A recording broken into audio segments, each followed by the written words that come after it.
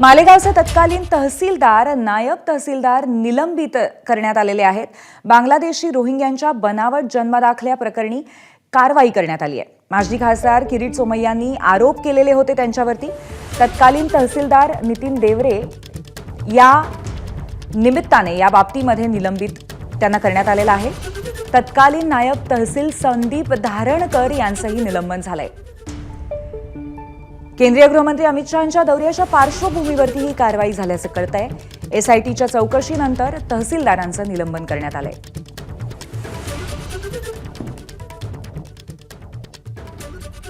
देवेंद्र फडणवीस सरकारने काल मालेगावचा तहसीलदार नायब तहसीलदारला निलंबित केलं आहे। यापुढे जोपर्यंत कठोर गाईडलाईन होत नाही तोपर्यंत एकालाही नवीन जन्म प्रमाणपत्र दिले जाणार नाही।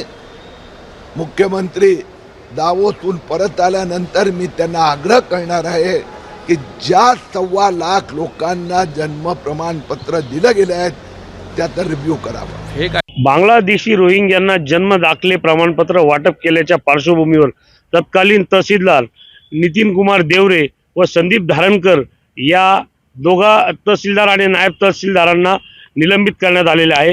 हे निलंबन जे आहे ते आज देशाचे गृहमंत्री अमित शहा यांच्या दौऱ्याच्या पार्श्वभूमीवर काल संध्याकाळी हे निलंबन करण्यात आलेले आहेत। माजी खासदार किरीट सोमय्या यांनी या संदर्भात मोठे आरोप केलेले होते व या आरोपानंतर जे आहे ते हे निलंबन करण्यात आलेले आहेत।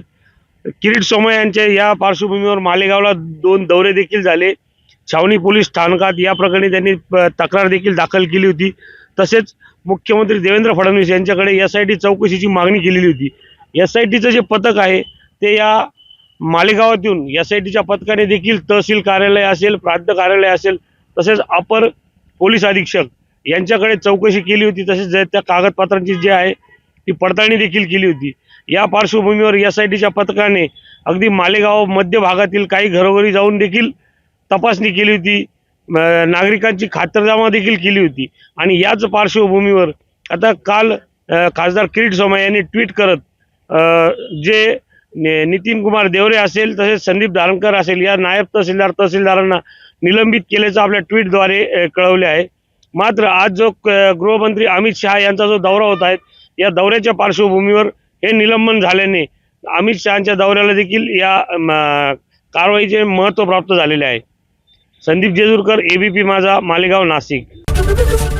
एबीपी माझा, उघडा डोळे बघा नीट।